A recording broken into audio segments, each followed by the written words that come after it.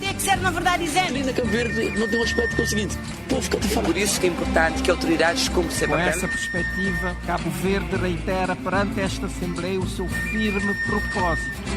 Espaço à Nação. Entre o debate que Cabo Verde precisa e o debate que os cabo-verdianos querem escutar no ponto do rebuçado. Política, economia, sociedade, educação, cultura, desporto e muito mais. Porque a nação faz-se do debate de ideias, da troca de opiniões, no limite das liberdades individuais. Espaço à Nação, um programa de José Mário Correia. Saudações a todos os rádio ouvintes. Vamos hoje debater a escaldante situação na região do Sahel, onde mais um golpe de Estado, agora no Níger, pôs de sentido a Comunidade Econômica dos Estados da África Ocidental, que mantém uma forte negociação com os militares golpistas agora no poder. Inclusive, a CEDEAO chegou a dar um ultimato, mas sem sucesso, para que o general Abdurrahman Tiani e sua entourage regressassem aos quartéis e devolvessem o poder ao presidente democraticamente eleito, Mohamed Bazoum. Ao que parece, a situação agora é relativamente mais complicada. São já 4 golpes de Estado nesta região africana. Adensa-se agora a possibilidade de uma intervenção militar no Níger. 25 mil homens já estão na pole position, digamos assim, prontos a avançar para Niamey. Os golpistas têm o apoio expresso de países vizinhos como Burkina Faso e o Mali, países também comandados por golpistas, mas também da Argélia e da Guiné-Conakry. Há ameaças de matar o presidente Bazoum caso haja intervenção militar. A França está do lado da CEDEAO numa ofensiva antigolpe, assim como os americanos. Eu quero lembrar que o Níger tem uma enorme importância regional. É o maior país da África Ocidental e uma porta de entrada vital entre o Sahel e o resto do continente africano e configura-se como um campo de batalha crucial na luta contra o terrorismo e o foco de esforços de segurança regional e internacional. O Níger possui avultados recursos naturais, sendo o urânio o seu ativo mais notório. Neste debate teremos depoimentos do Presidente da República, ele que também é o Comandante Supremo das Forças Armadas. José Maria Neves condena o golpe e não subscreve quaisquer tipos de intervenções militares enquanto solução para a resolução da crise. Convidamos também para este debate e nos ajudar a entender o inferno em que tende a se transformar a região do Sahel, mas particularmente o golpe de Estado no Níger, o professor universitário Odair Varela. Cumprimento o professor, muito bom dia. Muito bom dia. E agradeço a sua presença. Antero Matos Brigadeiro é chefe de Estado-Maior das Forças Armadas que participa a partir do exterior. Cumprimento, senhor Brigadeiro, bom dia. Muito bom dia. E mais uma vez, obrigado pela sua presença. Raul Braga Pires, arabista e colunista do Diário de Notícias, que participa a partir de Lisboa. Raul, cumprimento mais uma vez. Boa tarde. Já é tarde em Lisboa. É meio-dia aqui, mas ainda não almocei, portanto é bom dia. Bom dia, José Mário, bom dia, Cabo Verde. Muito bem, e obrigado. Também o restante painel. Muito bem. Hoje temos o professor Odair Varela connosco. Sim, senhor. Muito bem-vindo. Obrigado. Obrigado mais uma vez pela tua colaboração. Quanto a si, caro ouvinte, já sabe, sintonize-nos FM 89.9 na Praia, 99.6 e 94.4 em Santiago Norte, São Domingos, São Jorge dos Órgãos, Ribeira Grande de Santiago, Santa Cruz, Maio e Fogo, 96.7 em São Vicente, em Santo Antão e São Nicolau. Nas redes sociais, já sabe, através do Facebook Rádio Alfa-CV, Rádio Alfa-CV. Poderá também participar telefonando para os seguintes contactos: 9709-595, 970-95-95, mas também 930-3005, 930-3005. Feito este introito, vamos primeiramente escutar a posição do chefe de Estado, na voz de José Maria Neves, que diz estar a acompanhar com muita preocupação o caldeirão de turbulência na região do Sahel. Vamos ouvir a intervenção de José Maria Neves, uma intervenção muito curta, portanto. Com muita preocupação. Há uma situação de crise, é o quarto momentaneamente perdemos o som do Presidente da República. A instituição do Presidente da República, Vamos isso tentar repor. está Agora sim. a tornar-se muito grave. E Cabo Verde,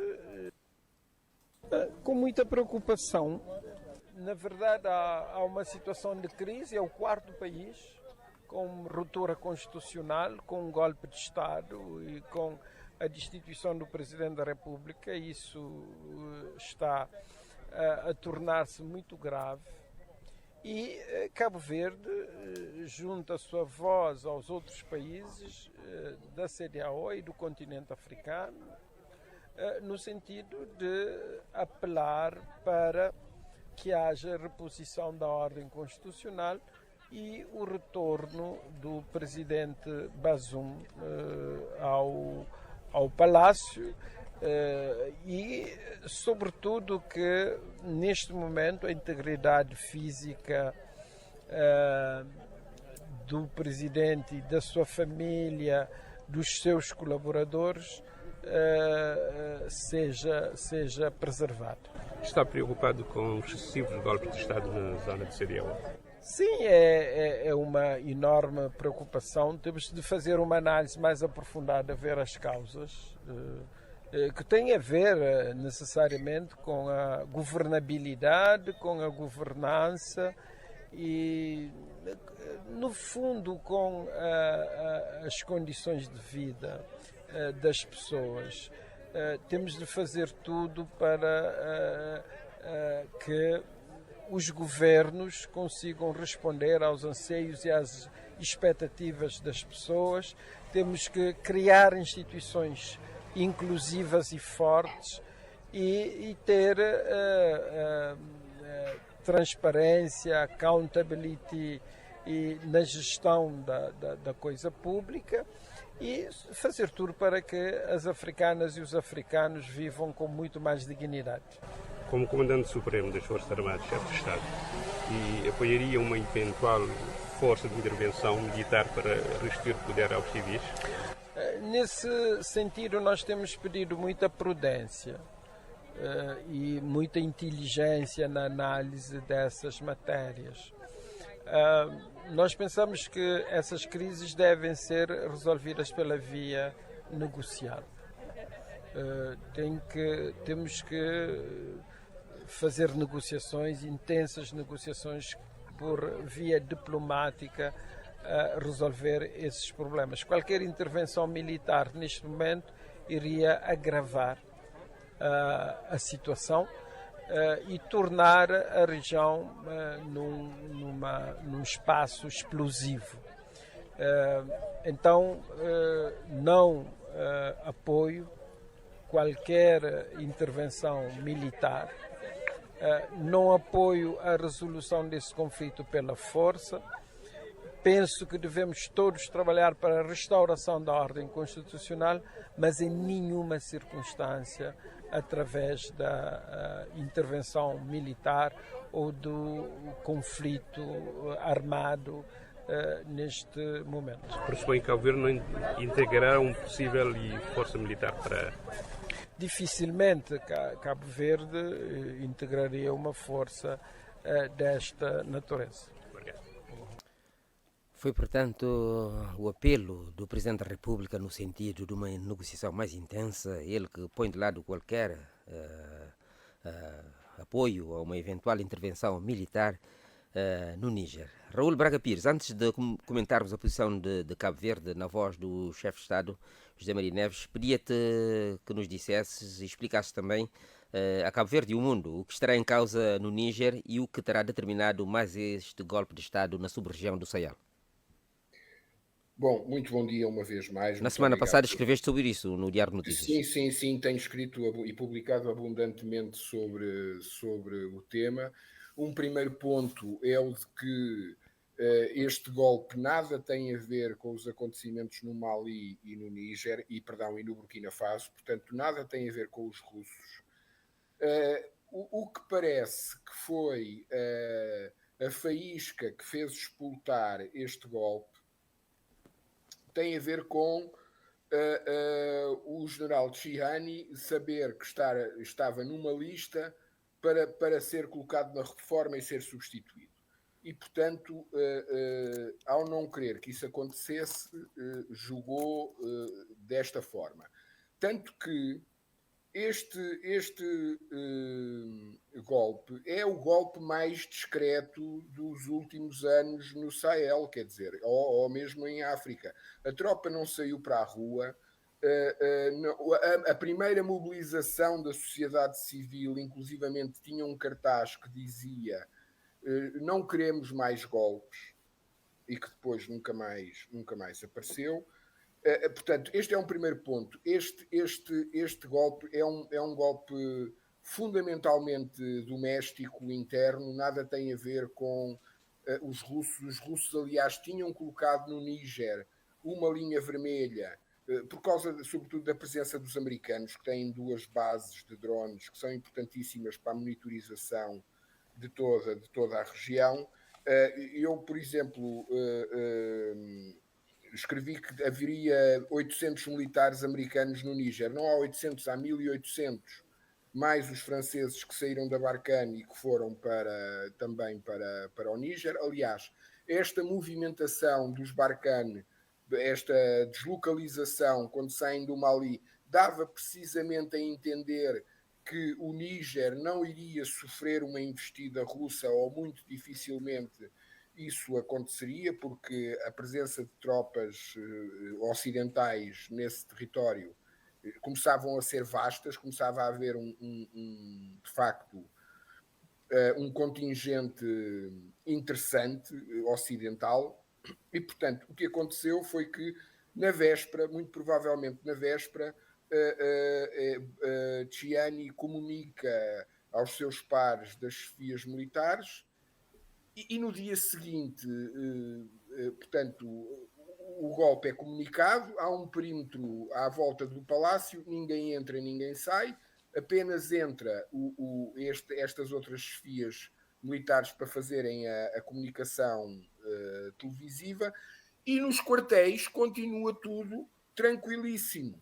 Portanto, toda a gente foi apanhada de surpresa. Agora, eu gostaria de falar agora neste outro patamar em que nós estamos, que é o patamar da ameaça de intervenção militar da CDAO. O tabuleiro, as peças que estão neste tabuleiro de xadrez, os interesses são de tal maneira, ou seja, temos franceses, temos russos, temos americanos, temos a União Europeia e temos o Níger, evidentemente, a CDAO, digamos assim. 2 pontos. Em primeiro, 3, aliás. Em primeiro, esta fuga para a frente da CDAO tem muito a ver também com a biografia, a história do presidente Bola Tinubu da Nigéria, que é um homem que tem uma aversão a golpes patológica, digamos assim. Ou seja, isto também esta atitude da CDAO também é o reflexo deste pânico do seu presidente, que é o presidente da Nigéria, em exercício. E, portanto, o presidente da Nigéria teve um historial teve inclusivamente que estar de 94 a 98 no exílio. Não me lembro agora o nome exato do general que tomou o poder nessa altura, mas ele teve inclusivamente detido por esse golpe. E, portanto, criou uma urticária à volta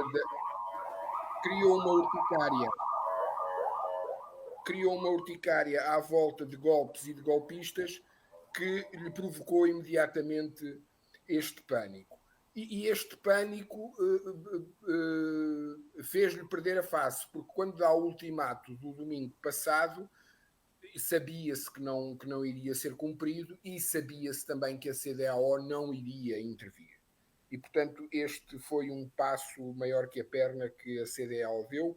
Perdeu a face nessa altura e, por isso, neste momento, a bola está do seu lado. E a bola, ao estar do seu lado, insiste na mobilização das tropas, etc. Agora, este já é um outro patamar naquele que estamos. O que é que eu quero dizer sobre isto? no cenário geral do tabuleiro, muito provavelmente uma iniciativa da CDAO será o mal menor. Porque o que me parece. Uma iniciativa militar, Raul? Desculpa? Iniciativa militar? A iniciativa militar da CDAO será o mal menor. O que me parece que está a criar-se, ou já criado na cabeça de quem está nas negociações, é o seguinte sentimento: a faísca vai faiscar. Alguém vai fazer com que a faísca espolete e acenda o resto de todas as faíscas. Ora, quem acender a faísca, quem provocar a faísca primeiro, leva vantagem. E leva vantagem sobre o decorrer e o final, o objetivo final da ação. Raul, o que é que estás a querer dizer com provocar a faísca? Uma linha para terminar, José Mário, uma linha para terminar. E depois, dentro deste patamar, há uma outra preocupação.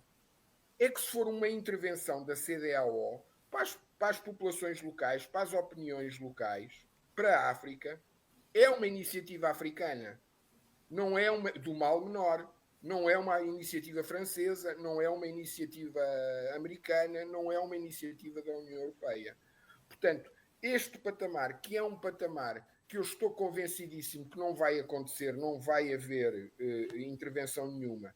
Inclusivamente, isto será muito difícil já de acontecer neste momento, mas não é de descartar a hipótese de uma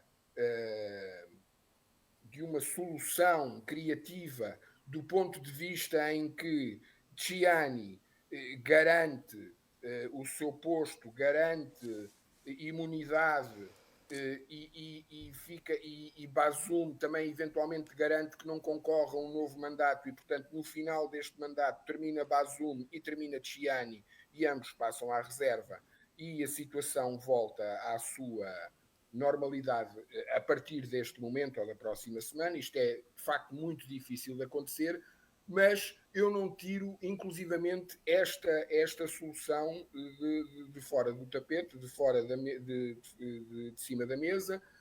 Porquê? Porque se provar que a faísca que provocou esta revolta, este golpe, tem a ver com a vontade do Presidente em reformar o chefe da Guarda Presidencial, estamos aqui então a falar com um oportunista e ao negociar com um oportunista, esta oportunidade também deverá ser contemplada. Muito bem. Professor Odair Varela, quer comentar esse aspecto? Bom dia mais uma vez, obrigado pelo convite, cumprimento ao Rádio 20, aos colegas do painel. O aspecto final da intervenção Exatamente, da CDAO? Sim, a dificuldade em negociar com aquilo que eles chamam oportunista. Eu gostei da intervenção do Dr. Raul quando ele fala uma dessas faíscas. Aliás, que no fundo o rastilho pode ter sido esta rivalidade entre os militares e os políticos, que é algo que não é novo, infelizmente, na região e no continente. Após as independências, esse tem sido um grande martírio. As duas elites, a elite política e militar, como é que eles têm se acomodado após quase 50 anos? Vejam o caso da Guiné-Bissau, por exemplo.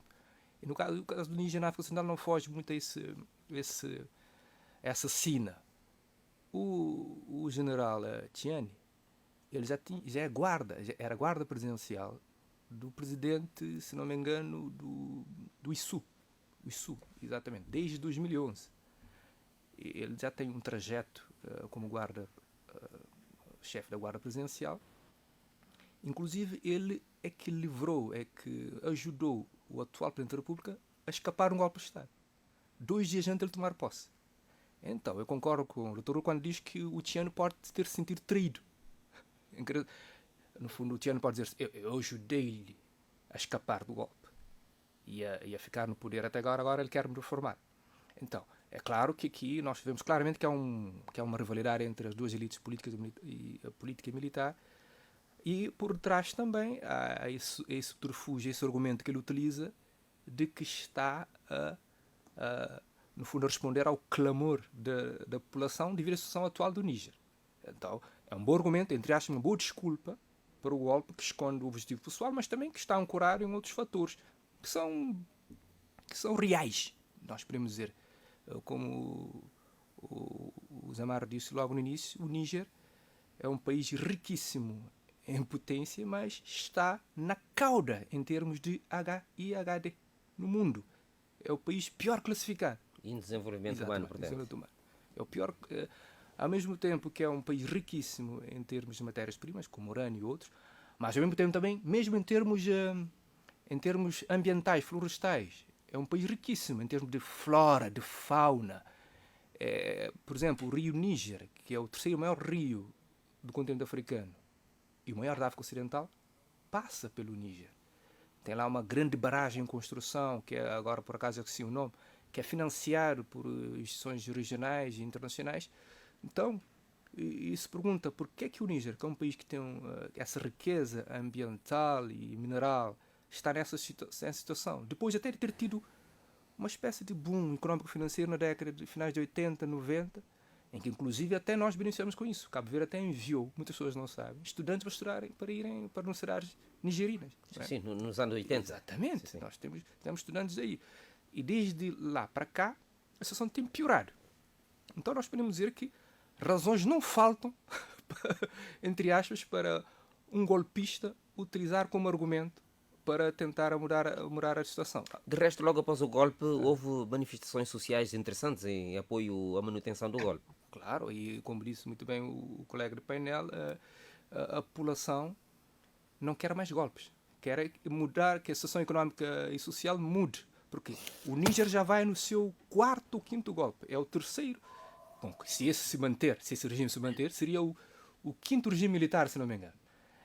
Tem tido esse sulavanco desde a década de 60, desde 1960, quando tomou a independência, intercambiando entre regimes civis e militares. Já falam na 7ª República, no 5º regime militar. Então, obviamente que a população está cansada desse tipo de situação e, nesse caso, a elite militar utiliza esse argumento para tentar ter o apoio popular. Porque, de facto, quando olha para os argumentos que são utilizados nos países vizinhos, não é? No Burkina Faso, no Mali, segundo golpe. Nós falamos em 4, mas na verdade são 5 golpes de Estado na região neste último ano. E se recuarmos um pouco, 2020 até agora são 9 tentativas de golpe. Então, e também não podemos deixar de lado um outro peso na balança, que é o facto de, geopoliticamente falando, a Rússia mostrar um interesse pelo continente. Então isso dá mais, digamos, aso, ou dá mais confiança a quem quer fazer o golpe, no sentido de procurar o aliado russo, nesse caso, que aconteceu no Burkina Faso e no Mali. No caso do Níger, menos, por causa das razões que estamos aqui a falar. Mas, quando há maiores players, há mais, podemos dizer, potências e superpotências estrangeiras interessadas no conflito, isso leva a que o poder negocial dos golpistas aumente. Então, eu diria que, falando somente dessa questão das razões que podem estar por trás do golpe, para além de questões pessoais, individuais, questínculas que fogem mesmo à vida normal das populações, nós temos todo um mosaico de situações que vem desde o período colonial. Inclusive, este senhor que está no poder agora, ele é do povo Hausa, né? Das maiores etnias, entre aspas, o maior povo do Níger.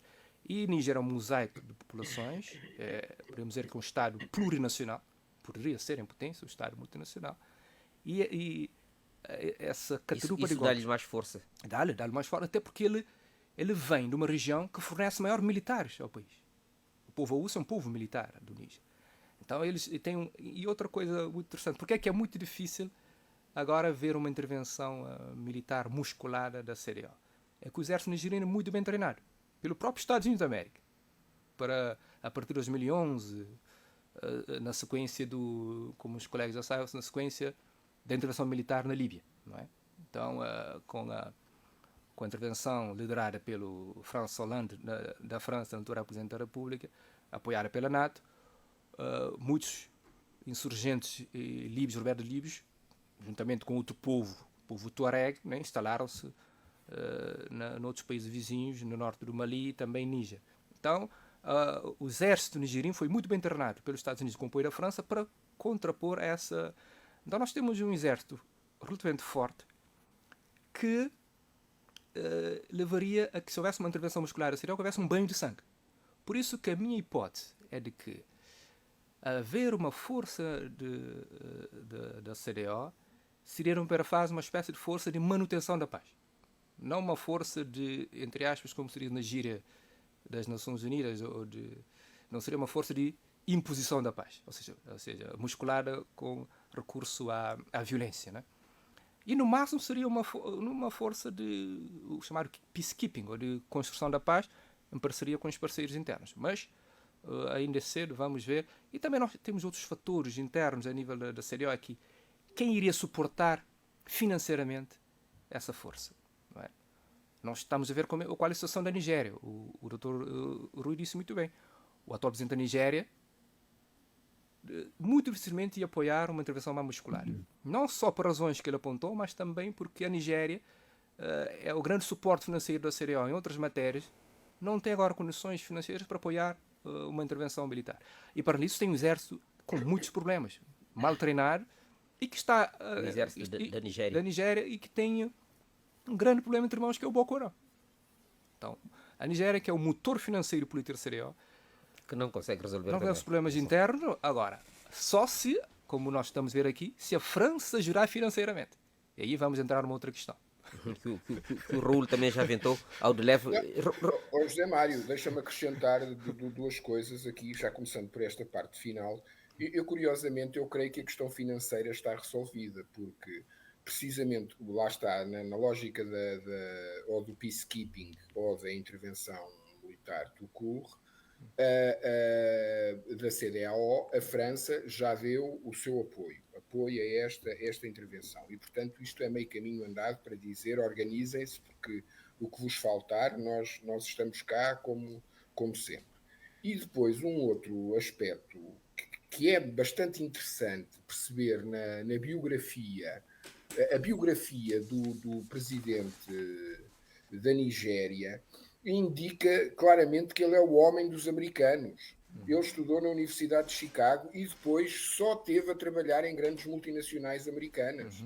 E, portanto, há aqui uma conjugação de fatores, com França de um lado e americanos do outro, e este presidente a mobilizar esta vontade que me parece não negligenciável. Uma segunda coisa que queria referir, quando o professor estava a fazer ali uma comparação entre a adesão dos malianos e dos burkinabés à Rússia e ser diferente no Níger, há duas coisas que temos que ver. Uma coisa é a adesão da população.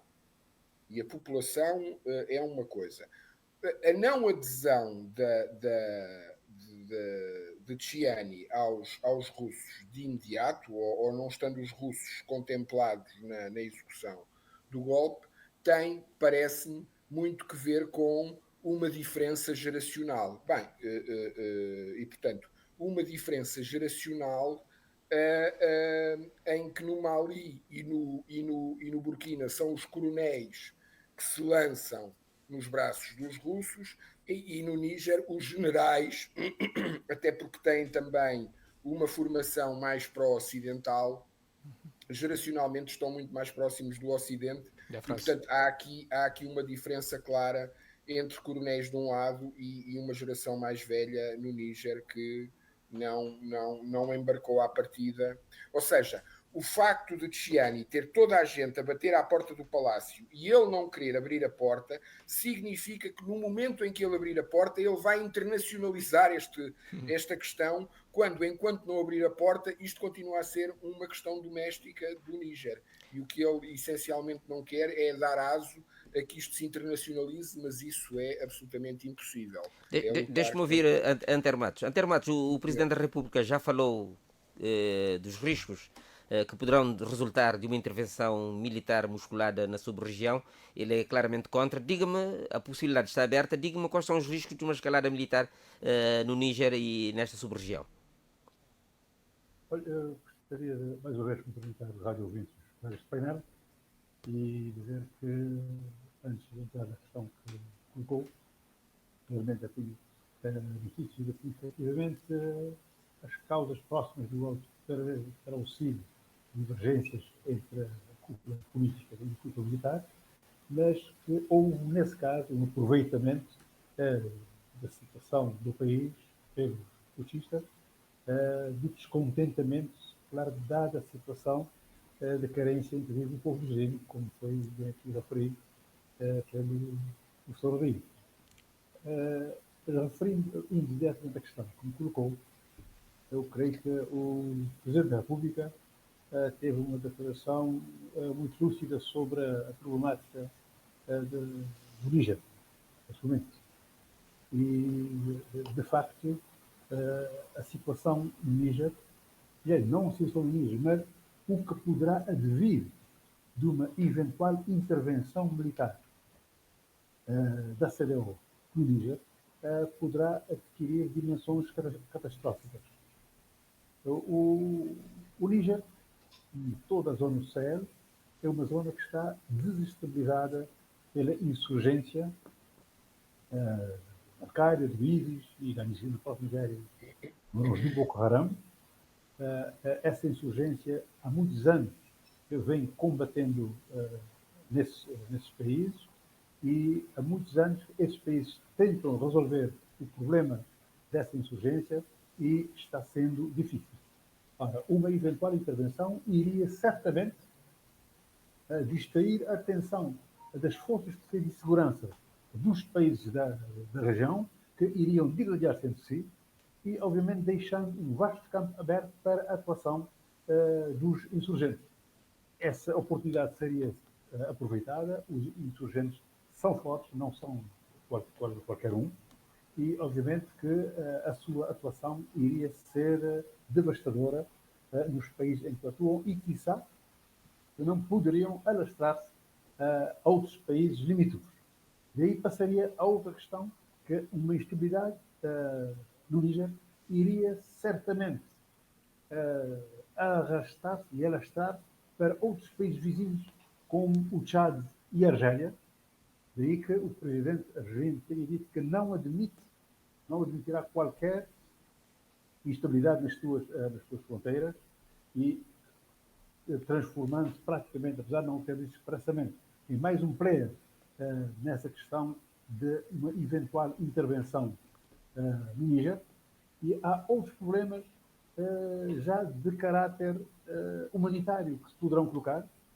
O número de refugiados de guerra e de deslocados iria iria aumentar exponencialmente e, obviamente, degradando os índices de subalimentação e, eventualmente, de fome. De modo que será muito perigosa a situação que a África poderá encontrar-se em função de uma intervenção militar. Ou seja, isso quer dizer em função de um conflito que seria despolitado pela própria CEDEAO. O Sr. Presidente da República disse que Cabo Verde dificilmente poderá participar, apesar da sua posição ser francamente contra uma intervenção militar. Eu diria que o Sr. Presidente poderia e deveria ter sido muito mais claro nesta matéria, porque Cabo Verde não é membro, não é signatário do memorando que permite a intervenção militar num país africano. Cabo Verde sempre negou-se a assinar esse memorando para resolução, gestão de conflitos e para paz e segurança, porque com receio de que pudesse ser aproveitado a qualquer momento contra qualquer país africano. E estamos a ver que já foi algumas vezes aproveitado, já houve ameaça de intervenção na Gâmbia, que felizmente, por causa da demissão do Yahya Jammeh, a intervenção não se verificou, mas agora há essa ameaça no Níger, uma ameaça clara, com um ultimato, o que mostra que essa possibilidade era real, e Cabo Verde está na CEDEAO porque não a nossa geografia a isso obriga, mas sempre soubemos que em matéria política era uma má companhia. Mas é uma coisa com a qual temos de conviver, porque Cabo Verde, se quiser uma integração económica, nós temos de nos integrar nos países que nos são próximos. Até Matos, estás contra a intervenção militar no terreno por parte da CDAO, mas o certo também é que a CDAO não tem um historial forte de resolução de conflitos pela via diplomática nessa sub-região. É verdade, não tem conseguido, e o CDAO já tem um certo historial de intervenção, mas um quadro diferente do que nesse momento temos no Níger.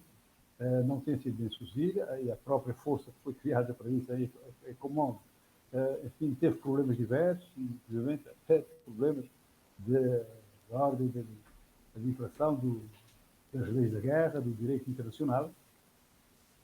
Mas essa experiência, essa parte da experiência da CDAO terá de ser ultrapassada por a única forma de evitarmos uma catástrofe em África é a resolução desse problema, desse diferente, pela via diplomática. Aliás, eu creio que todas as figuras de bom senso têm apelado a essa utilização da via diplomática, e relembro aqui que foi o próprio Senado da Nigéria que se posicionou contra uma intervenção militar no Níger, e não recomendando para a própria integridade da Nigéria, ou seja, para que a Nigéria não venha a passar por problemas, porque a Nigéria já tem problemas domésticos bastante grandes, como a insurgência do Boko Haram, que apesar de estar sendo combatida, mas não está sendo combatida com tanto sucesso, e também os problemas económicos, de modo que a comunidade que não está diretamente ligada a essa vontade de intervir militarmente, será certamente contra essa intervenção militar. Porque, como bem disse o Raul, a cúpula de alguns países da CDAO, com a sua posição pró-americana ou pró-francesa, estão a tentar forçar essa intervenção para que a CDAO não perca a face. Obviamente, a falha foi da CDAO em estabelecer um ultimato, mas nós sabemos que atrás da CDAO, desses principais militares da CDAO, que estão empurrando para a intervenção militar, estarão certamente os interesses das potências, neste momento, presentes no Níger, designadamente da França e dos Estados Unidos também. Portanto, o ultimato não cumprido fragilizou um pouco a França? Certamente fragilizou a CDAO. A CDAO, sim. França, sim, a CDAO, a França, obviamente, que é uma das principais interessadas na resolução desse problema, bem do restabelecimento, da devolução do poder ao presidente constitucionalmente eleito. E a França, sendo a primeira interessada, eu estou convencido que não olhará aos meios para atingir os seus fins, e que, como bem disse o Raul, os meios financeiros certamente não faltarão à CDAO se decidir em verdade pela intervenção militar. Mas aí eu alertaria pelo facto de que essa intervenção militar não será uma intervenção militar de algum dia, de algumas semanas. E eu relembraria o que está-se a passar na Ucrânia, quando a intenção inicial da Rússia era fazer um blitzkrieg, e afinal, um ano e meio de guerra, e ainda a questão não se resolveu.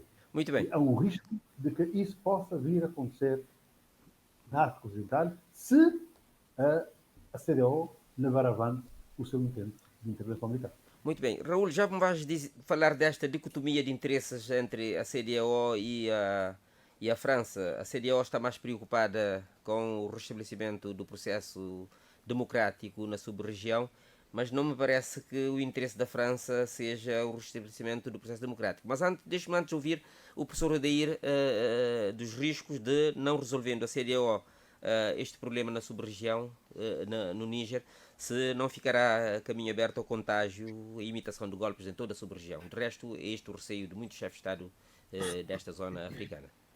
Sim. avaliar o trabalho da CDO não é fácil, tem sido um trabalho complexo, porque originalmente o Tratado de 75 diz que o foco da CDO é a integração económica. Agora, não pode haver integração económica sem paz.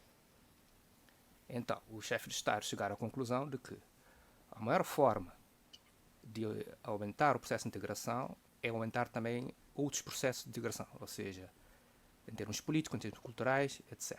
É por isso que o Coronel Matos apontou muito bem o Protocolo de Defesa e Segurança de 1999 e que depois foi complementado pelo Protocolo de Boa Governação de 2001, que entrou em vigor em 2005. Então, a CDO, de facto, aqui andou bem. Agora, uma nota que o Coronel avançou, que é muito importante, em relação a Cabo Verde. Cabo Verde assinou, mas não ratificou esses protocolos. O que é, aliás, isso tem sido uma pecha de Cabo Verde, em termos de integração aqui na CDO. Assina, mas não ratifica os protocolos. E, ao mesmo tempo, acaba a participar em algumas instituições. Por exemplo, no caso do Níger, o chefe de Estado-Maior das Forças Armadas participou na reunião para analisar o caso do Níger, mas informalmente, porque Cabo Verde não é parte do mecanismo. Ao mesmo tempo, também isso acontece em outras instituições, que é o caso do Tribunal da CDO. Cabo Verde tem um juiz lá com o seu staff que ganha muito bem, mas não é signatário do protocolo. Não devia lá estar. Não devia lá estar. Entre outros. Por exemplo, Cabo Verde também tem agentes do chamado Sistema de Alerta Precoce da CDO que recebem seus subsídios, vão a reuniões, etc., mas Cabo Verde não faz parte desse mecanismo. Portanto, então, nunca deviam ter estado... Cabo Verde tem estado com uma política ambivalente. Quer beneficiar tudo bom que vem da sub-região, mas não quer suar a camisola. Inclusive, Cabo Verde é um dos maiores devedores da CDO. A taxa comunitária está agora à volta de 32 milhões de dólares, que não paga. É considerado o maior caloteiro da sub-região. Depois quer ter as benesses da integração. Portanto, aí o que eu digo é o seguinte. O Presidente da República, ele mesmo, quando o Zé Mara Neves, ele disse muito bem que Cabo Verde dificilmente pode participar com tropas, até porque não faz parte do mecanismo.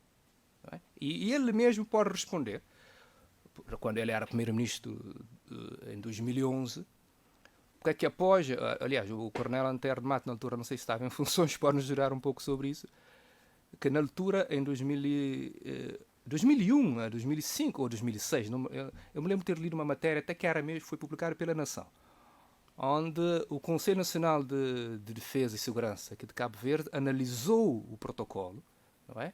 E foi recomendado que o protocolo deveria ser aprovado na Assembleia Nacional da República, a Assembleia Nacional de Cabo Verde, para que entrasse na ordem jurídica. Mas de lá para cá não houve mais novidades. 2 vezes foi a esse Conselho. Cabo Verde estava, entre aspas, obrigado a ratificar, mas acabou por não ratificar.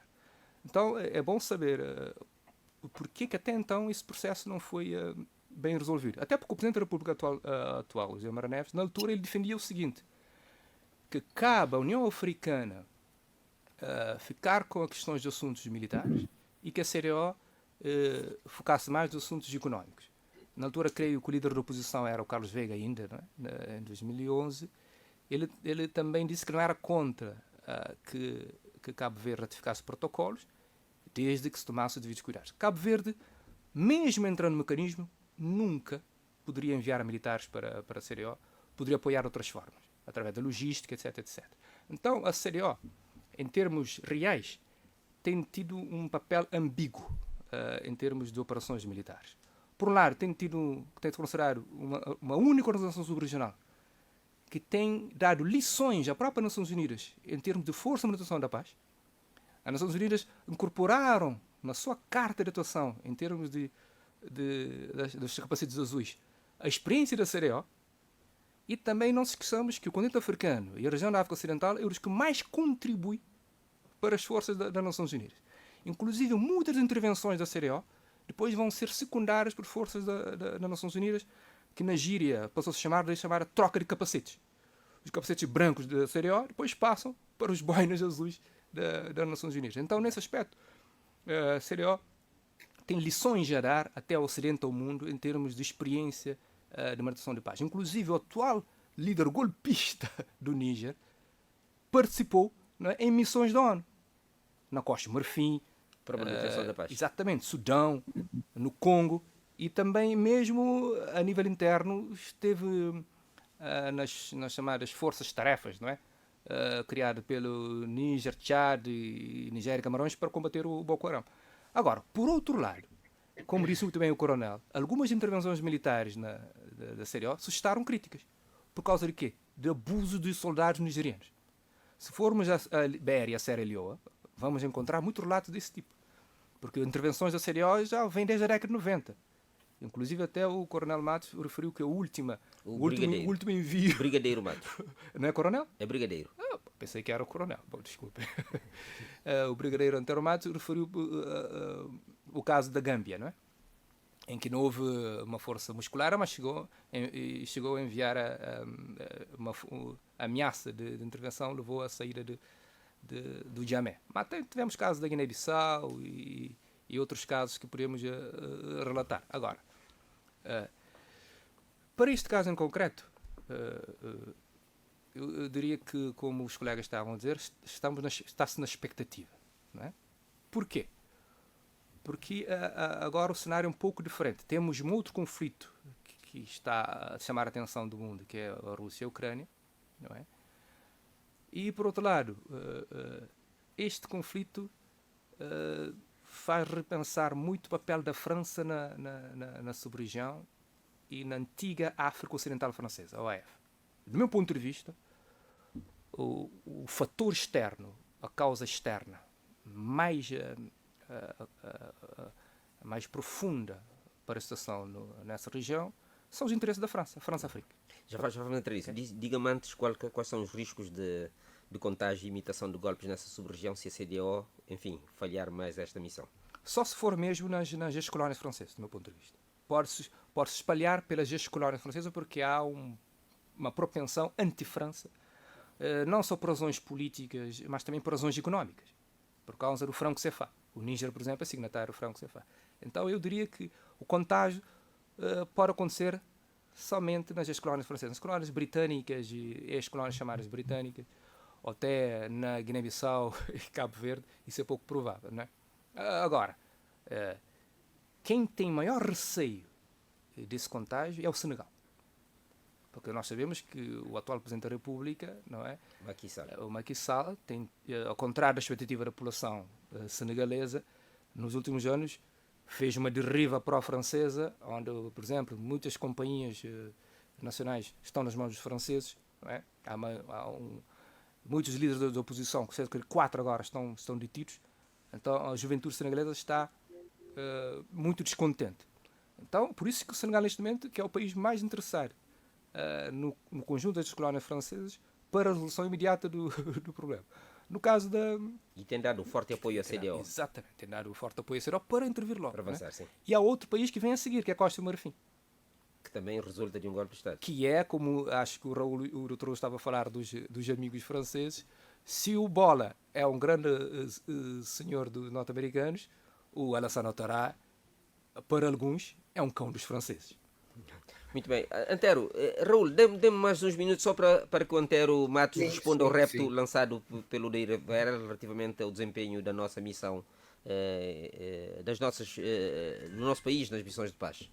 Sim, senhor. Bom, não é bem o desempenho do nosso país nas missões de paz, mas essa questão da integração da Cabo Verde no mecanismo de gestão e resolução de conflitos e de paz e segurança da CDO, que é o Dr. Oliveira referiu. Realmente, isso tem sido um ir e vir de tomada de posições.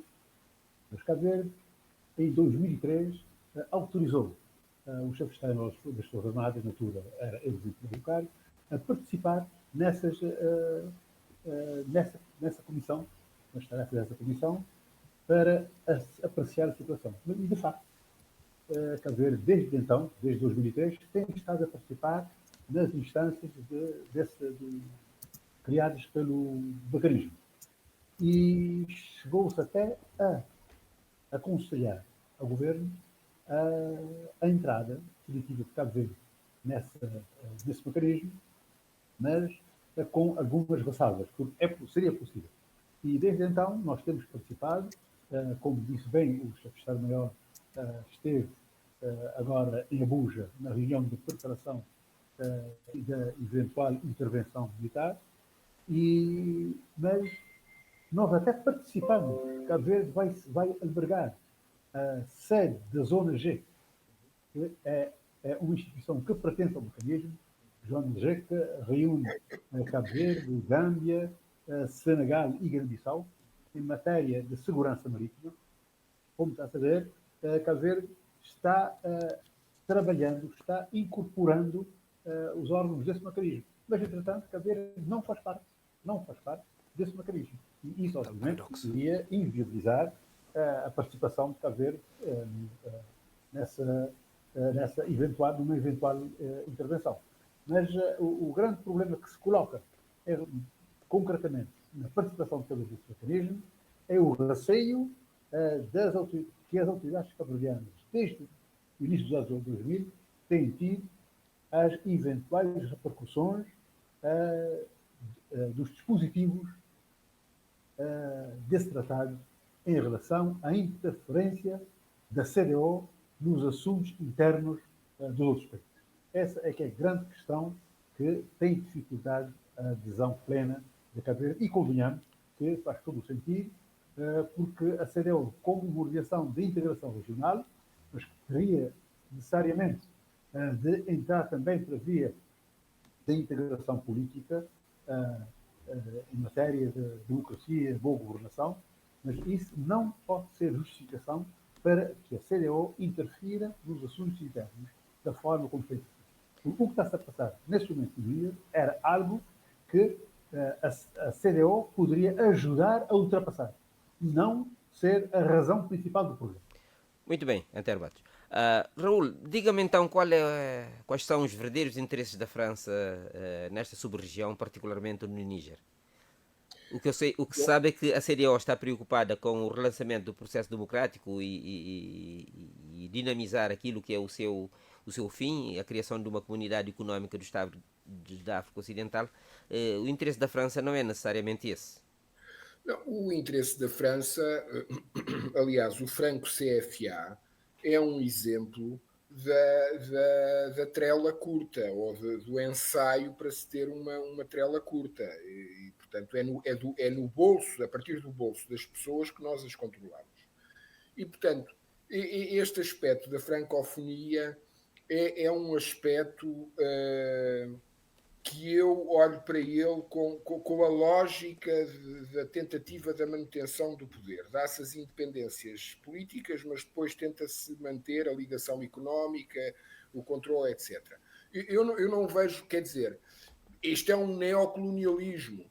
O que eu estou com dificuldade em encontrar a palavra correta para dizer, que é: isto não me choca, quer dizer, eu se fosse a França provavelmente faria a mesma coisa, não é? Isto é a gestão da decadência. Agora, este ponto é muito importante para dizer o seguinte: se a França perde o Níger, então bye-bye França em África. Quer dizer, a França não pode perder este quintal, porque isto é mais... Em primeiro lugar, no Níger, perder a Areva, que agora tem outro nome que eu não me lembro, não sei se é Orano, a Areva do urânio, da qual nas contas totais... Desculpa? É urânio, sim, é isso. É Orano. Então, a Areva, que agora é Orano, contribui para o parque nuclear francês em cerca de 80%, ou seja, dos 100% do nuclear que alimenta a eletricidade da casa dos franceses, 80% vem do Níger, vem dessa mina. A França não pode perder isto. Os Estados Unidos não podem perder o maior aliado que têm na região. Para todos os efeitos, o Níger é o maior aliado americano no Sahel. A União Europeia não pode perder um parceiro aliado também estratégico na questão do controle e na ajuda ao controle e ao combate às rotas migratórias que vêm no sentido norte, etc, etc. Dito isto, o professor Odair estava há pouco a dar um olhar para o Senegal, para a Guiné-Conakry, estava a dar um olhar para o Ocidente. Eu gostaria de dar um olhar para o Sahel Oriental. Porquê? Porque uma vitória russa no Níger... O grupo Wagner já lá está e já anunciou claramente o seu apoio, Raul. Como? O grupo Wagner já lá está aí e anunciou claramente o seu apoio. Exatamente. Eu nesta chuva de informação que eu tenho muita dificuldade em filtrar, ouvi que tinha havido um tweet de um general golpista nigerino que estava no Mali, ou que tinha ido ao Mali, que tinha pedido ajuda ao grupo Wagner para... E isto já foi replicado tantas vezes na comunicação social que eu já dou isto como garantido, não é? Pelo menos há este approach, há esta vontade de colocar as coisas neste tabuleiro, que é os americanos e os franceses vêm aí, se nós não tivermos a vossa ajuda não vamos conseguir aguentar este barco, e este barco é fundamental para a Rússia. Porquê? Sendo que eu tinha dito anteriormente que a Rússia, antes disto acontecer, tinha colocado uma linha vermelha no Níger por causa da presença americana nesse território. E isto é importantíssimo para a Rússia. Porquê? Porque o Chad passará a estar entalado entre o Níger, o Burkina Faso e o Mali russo e a República do Sudão, que está em guerra, onde também tem a presença dos Wagner, e Chad, esse que já começa a sentir uma pressão enorme na fronteira oriental por via da chegada de refugiados. Ora, que vista privilegiada é que os russos passam a ter de Niamey? O Mar Vermelho, o Canal do Suez, o Mar Arábico. O grande jogo dos russos é este. Os russos estão envolvidos na questão da guerra da República do Sudão, estão envolvidos na disputa da Eritreia e da Etiópia relativamente às águas do Nilo, precisamente porque querem ter uma presença forte no Mar Vermelho, que significará uma presença forte ou uma consolidação ainda maior do seu sentimento de que o canal do Suez continua aberto, porque a presença russa é cada vez mais próxima e a isso obriga. Portanto, o professor Odair, quando estava a olhar para o Senegal e para a Guiné-Conakry, eu até vejo, de facto, que aí há uma preocupação menor, ou seja, a Rússia, eu agora até me lembrei do Cabo da Roca e da Revolução de 74 e do PREC aqui em Portugal, em que tínhamos uma ideia que os comunistas vêm aí e querem nos passar para o Pacto de Varsóvia e querem fazer Portugal um país comunista. Não, nada disso, eles não podiam, eles sabiam que o país que tem o Cabo da Roca, que é o ponto mais ocidental da Europa continental, membro da NATO, nunca iria cair na teia soviética, e o que eles estavam realmente interessados era no processo de descolonização em África. E, portanto, ligando isto ao que o professor Odair estava a dizer, que estava a ter este olhar mais ao Ocidente, eu creio que ao Ocidente os russos sabem que nem podem arriscar. Quer dizer, essa fuga para a frente no sentido da procura da costa atlântica, eles estão a trabalhar nela no sentido da costa oriental, no sentido do Mar Vermelho. Mas, Raul, olha que a Rússia está a arranjar dinheiro, está em guerra e não tem dinheiro, está empobrecida. Desculpa? A Rússia está empobrecida, está em guerra, não tem dinheiro para fazer isso. Com certeza que não tem, com certeza que tem todas as dificuldades, mas com certeza que também é isso que tem assegurado a existência do Grupo Wagner, e o Grupo Wagner tem sido, eu acho que neste momento não se fala abertamente, isto é uma ideia que eu tenho defendido desde o episódio Prigozhin, é que a partir de agora, daquela altura em junho, vamos passar a falar de uma Wagner europeia e de uma Wagner africana. e é esta Wagner africana que está, através do ouro, dos diamantes e também do urânio, a financiar tudo isto. Com certeza que a Rússia está depauperada economicamente, está a fazer um esforço enorme, mas o que a guerra da Ucrânia também veio provar aos europeus é que nós também não estamos muito melhores. Pelo menos na questão do armamento. Estás a falar de quem, Raul, agora? De todos, da NATO, dos como é que se chamavam aqueles tanques alemães que eram para ir e que foram para a Ucrânia. De repente, quando nós precisámos de ir ver o imobilizado, quando nós precisámos de ir ao armazém, ver quantos tanques e quantos panzers e quantos não sei o quê é que lá tínhamos e quantos é que estavam operacionais, caímos na cruel realidade de que já tínhamos esquecido a guerra, de que a guerra na Europa era uma coisa que, desde os tempos da Bósnia e da Sérvia, o assunto tinha ficado interrompido, encerrado, e que a Europa iria seguir outros caminhos e canalizar o dinheiro para outras coisas, nomeadamente saúde, educação, e foi o que tem feito, e temos tido, de facto, uma vida muito confortável, e por termos essa vida confortável é que agora também fomos confrontados com esta falta de imobilizado, com esta falta de meios para fazer a guerra. Mas para isso também nós temos as costas quentes e largas, porque não nos preocupamos com isso, porque temos o aliado americano. E é por isso que o aliado americano é sempre aquele aliado que, quando nos dá um abraço, parte-nos sempre uma ou duas costelas. Porque ele tem esse poder como é que se chama? Do complexo militar industrial, porque a América continua a viver em economia de guerra, felizmente para a segurança europeia, felizmente para a segurança da África Ocidental, e por isso é que eu vejo os russos a olharem mais ao Oriente, na linha do Sahel, do que ao Ocidente.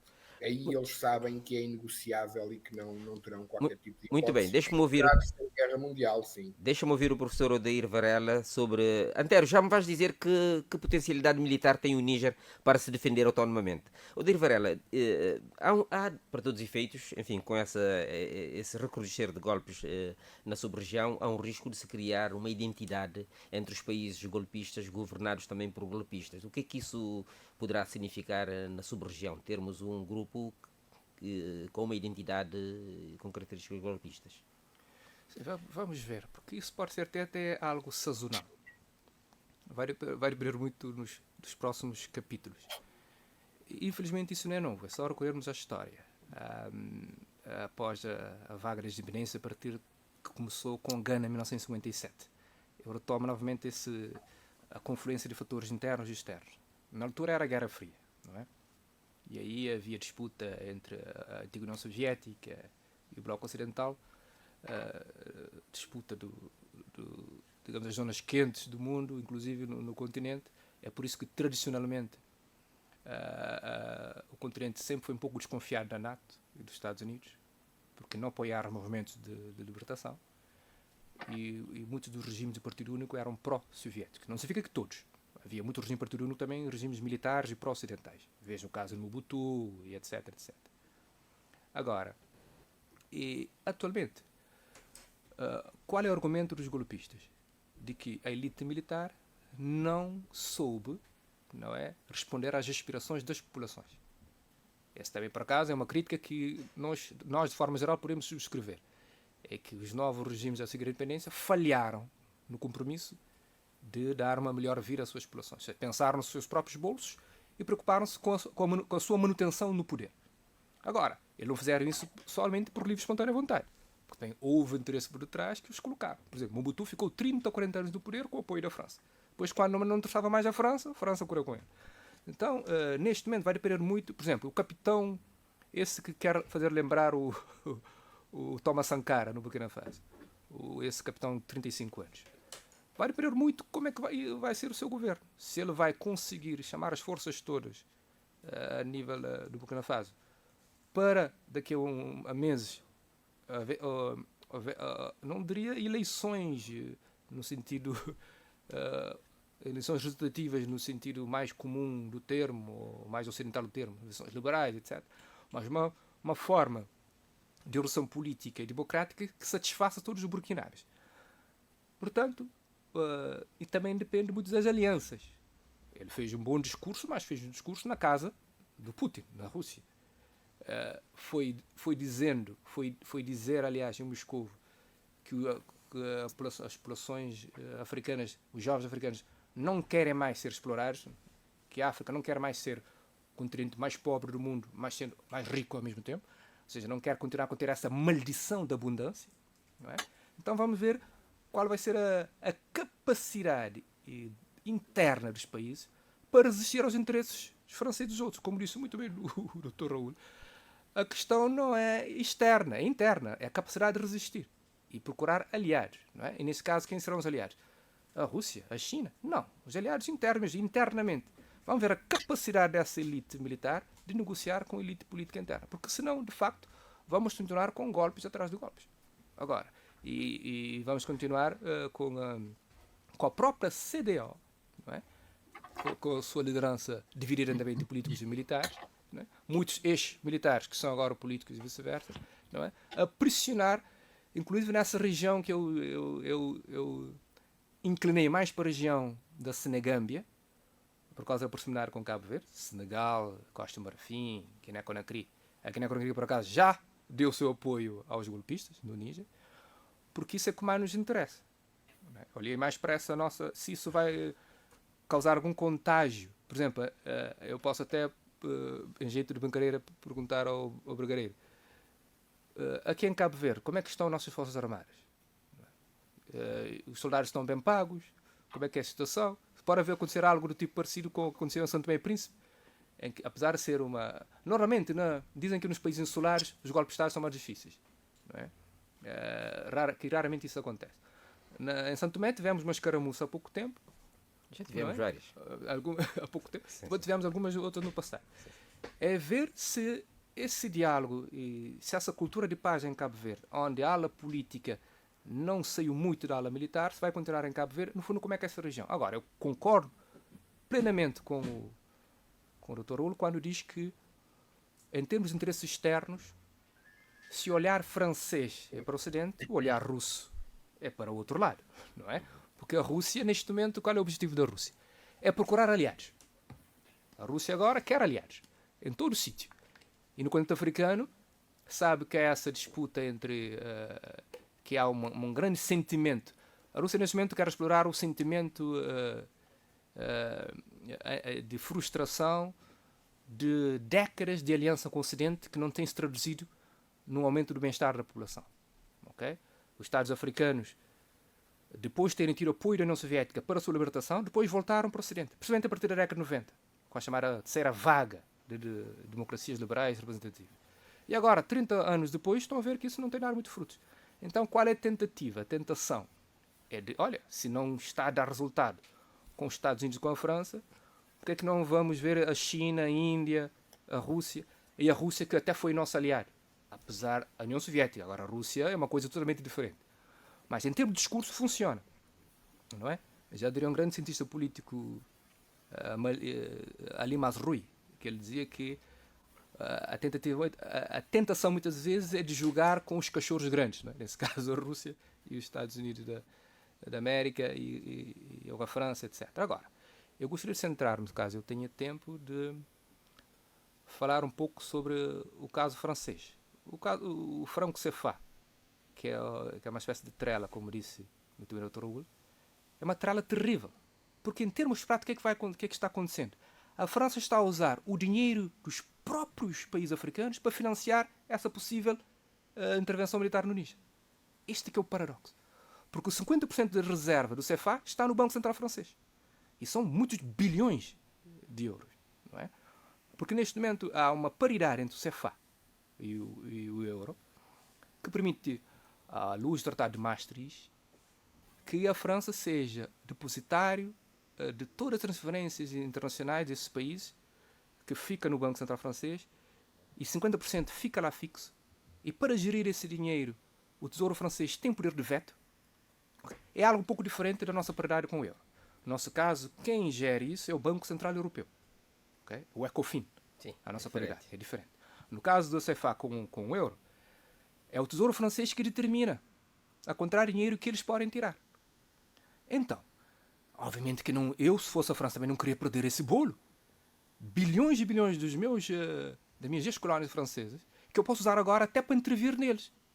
A única diferença que nós podemos encontrar na situação do Níger, em relação aos anos passados, é que agora a França não está a manipular, digamos, a situação. Quando houve golpes no Níger, no passado, a França estava por trás. Quando houve eleições, a França estava por trás. Ou seja, os seus puppets falavam pela França. Agora não. Agora é um golpe que não tem nada a ver com a França, no sentido que a França não foi tira nem achar.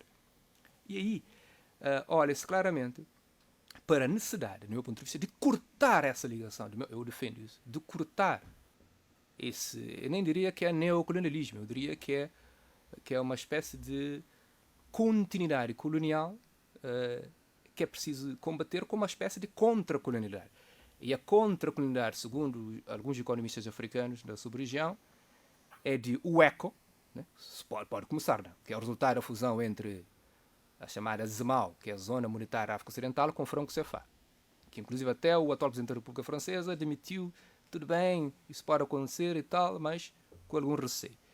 Que é preciso, do meu ponto de vista, eu concordo com a ideia de que é preciso, o mais rapidamente possível, terminar com o Franco CFA. Agora, cabe às forças internas desse país, as forças vivas mesmo, os jovens, e não depender, isso não depende da elite política militar, para que haja esse corte. Esse eu posso dizer que é uma continuidade colonial mais bárbara que pode existir para esses países.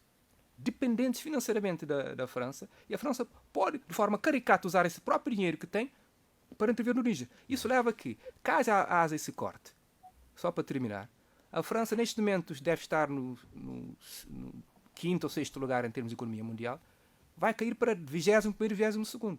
Inclusive em 2012, 13, o anterior presidente, não sei quando é que ele governou, agora já não me lembro, o Sarkozy, ele disse que mais nem pensar, ele disse taxativamente, nem pensar que os países da África Ocidental e Central Francesa, da ex-colónias francesas, tivessem a própria moeda. Então isso já está praticamente dito. Raul, queres comentar isso antes de eu passar ao Antero?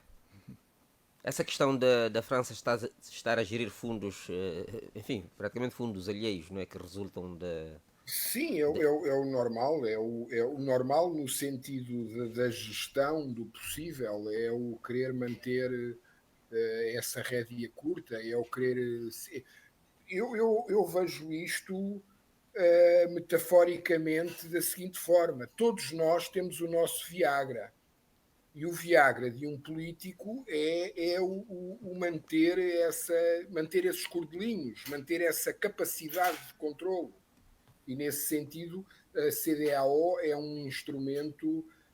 aliás, o problema da CDAO, neste momento, o presidente da Nigéria também colocou a CDAO neste patamar de ou vai ou racha, precisamente porque a CDAO tem um problema de credibilidade e de credibilização perante os seus, porque sempre foi apontada como uma ferramenta utilizada a partir do exterior, a partir da França. E, portanto, neste momento, até me parece importante para a própria CDAO ter esta investida militar, ou pelo menos insistir nela até ao fim, uma vez mais para não perder a face, uma vez mais para se manter credível e ser validada pelos seus, nesse sentido. Por outro lado, para termino já dizendo o seguinte: depois a CDAO, ao longo dos últimos golpes e tentativas de golpes, e também de birras que houve dentro do G5 Sahel, sempre teve 2 pesos e 2 medidas para quando acontecia na Guiné-Conakry, quando acontecia no Mali, no Burkina, etc. Se formos a comparar, havia sempre ali parece que um tabuleiro de preferências em que uns golpes eram menos malévolos do que outros, ou certas tentativas de golpe. E, portanto, nesse sentido, a CDAO precisa de se credibilizar e está a apostar neste cenário como um cenário de credibilização. Mas isso é um problema africano, das instituições africanas, é um problema da CDAO, é um problema da União Africana. Eu também não vejo aqui a União Africana. A União Africana já deu o seu apoio no sentido do avanço. À intervenção. Deu ontem. Pronto, olha, estás-me a dizer uma coisa que eu não sabia ainda. Pronto, é uma tomada de posição. E isto vai também ao encontro de nós, europeus. Quando olhamos para isto, geralmente nos debates há sempre uns tipos muito críticos. Por exemplo, neste cenário seria, então, mas estes tipos agora vão intervir militarmente, isto é uma luta de egos, uma vez mais, etc, etc, etc.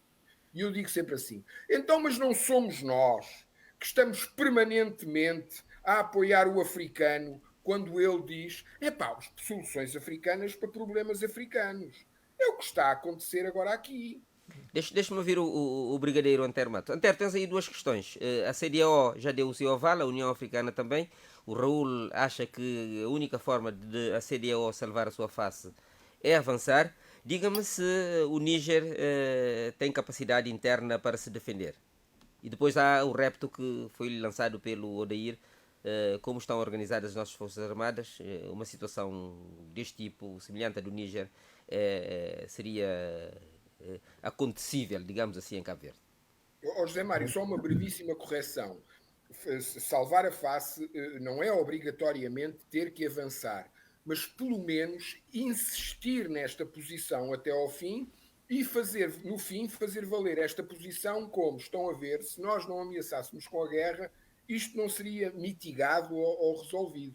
Portanto, não tem que haver intervenção, mas da parte da CDAO, neste momento, já não pode recuar. É uma guerra mais com características diplomáticas, então, por enquanto. Desculpa. É uma guerra mais com mais características diplomáticas do que efetivas. Ora bem. Antero, tens a palavra. Uma observação prévia, na sequência do que vem dizendo o Odair e o Raul. Realmente, a política francesa, designada França-África, tem como base os acordos das independências. Quando a França concedeu independências às suas ex-colónias, obrigou todos a assinar um acordo em que ficavam estabelecidas todas essas questões que foram agora levantadas, não só financeiras, mas também em matéria de exploração de recursos. A França tinha prioridade, as empresas francesas tinham prioridade. Também em matéria militar, que esses países tinham de aceitar bases militares francesas e que esses países não teriam de fazer a formação do seu pessoal em França, ou então pelos militares franceses, e não podiam sequer ter acordos entre si de ajuda mútua em matéria militar. Ou seja, isso que acontece agora relativamente à questão social é algo que é muito mais vasto e tem a sua origem nesse acordo de independência, em que, até por ironia, a designação desses acordos eram acordos para a continuação da dominação colonial. Bom, agora, indo à questão levantada, eu diria que nós não podemos analisar por si só a questão do poder militar do Níger. Temos também de fazer uma breve apreciação do que é o poder militar da CDAO, dos países, pelo menos dos países que estão dispostos a participar com tropas para a intervenção, para uma eventual intervenção militar. Porque a CDAO não tem tropas próprias, não é? Não tem. A CDAO não tem. As tropas pertencem aos países que colocam tropas à disposição de um comando próximo que a cargo da CDAO, mas as tropas estão estacionadas nos respectivos países, são treinadas nos respectivos países. E dos países dos Estados da CDAO, a única potência regional que nós temos é a Nigéria. A Nigéria tem um efetivo, o exército da Nigéria, o exército da Nigéria tem um efetivo de cerca de 80 mil homens, tem um poder de assalto mecanizado considerável, se tivermos em conta a realidade africana, e tem também um poder aéreo considerável para a realidade da África Ocidental. A Nigéria ocupa a 4ª posição no ranking dos países com maior poderio militar em África e já a nível mundial está na 36ª posição. A Costa de Marfim e o Senegal, que já também ofereceram, já mostraram sua utilidade em oferecer tropas, não têm nenhum poder militar por além, o poder bélico dos seus países é reduzido, apesar de ter um efetivo de cerca de 10 mil homens, o Senegal, do Exército, e Costa de Marfim um pouco mais, com cerca de 20 mil homens, mas o poder de assalto mecanizado é quase diminuto. O Senegal não tem nenhum tanque, um carro de combate. Não estou a falar dos carros blindados. Tanque ou carro de combate. O Senegal não tem nenhum. A Costa de Marfim tem 6. O poder aéreo do Senegal é praticamente 0. Tem um ou outro helicóptero de ataque. A Costa de Marfim sequer tem helicóptero de ataque. E nenhum deles tem aviões de combate. O Níger tem um poder militar também sofrível. É fraco. A verdade, tem uma experiência militar, uma experiência de combate à insurgência, assim como as Forças Armadas malianas, como as Forças Armadas da própria Nigéria. Mas, antes de avançar, eu gostaria era de referir que as Forças Armadas nigerianas não são assim, não são completamente Forças Armadas mal preparadas. No grosso, podemos dizer que não há uma boa operação, mas tem uma série de unidades de elite que, com uma ótima preparação e disponíveis para intervir em qualquer cenário de guerra. Já voltando atrás, o Níger tem um poder militar que não é considerável, é fraco. Tem um efetivo reduzido. O Níger, em termos de exército, tem um exército de 33 mil homens. Mas não tem nenhum poder de assalto. Não tem carros blindados, mas não tem nenhum tanque. O seu poder de fogo em matéria de artilharia é 0. E o poder aéreo é também diminuto. Só tem um avião de combate e um helicóptero de combate. Os países que poderão intervir a favor do Níger, conforme declaração feita, o Benin, aliás, Burkina Faso e o Mali, também estão aí no mediano. O Mali já tem um poder militar um pouco superior ao do Senegal, com algum poder de assalto, tem operacionais 25 tanques, tem um poder de fogo, ou seja, de artilharia, bastante superior ao do Senegal, e o poder aéreo do Mali é também já considerável, se atentarmos à região onde nos encontramos. Tem 7 aviões de combate e tem 4 helicópteros de ataque. Tem também o apoio da Argélia e da Guiné-Conakry.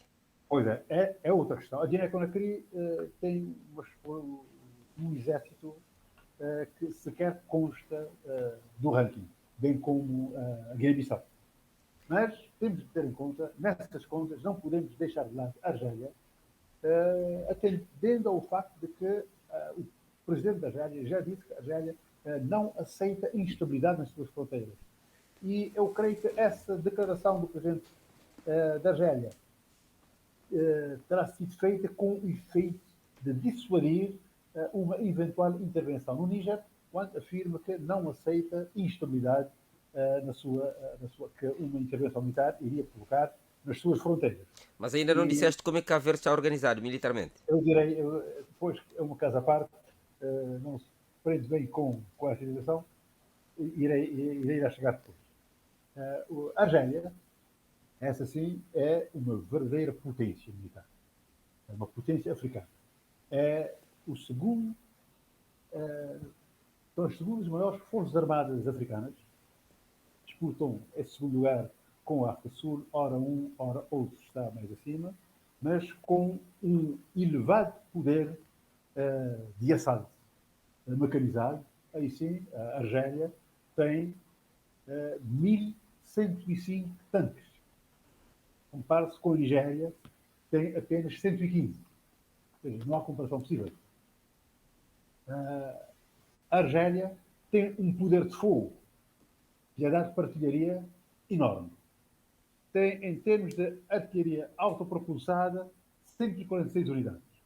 Enquanto que a Nigéria tem 20. A Argélia tem 314 unidades de artilharia de rebocada. A Nigéria tem 120.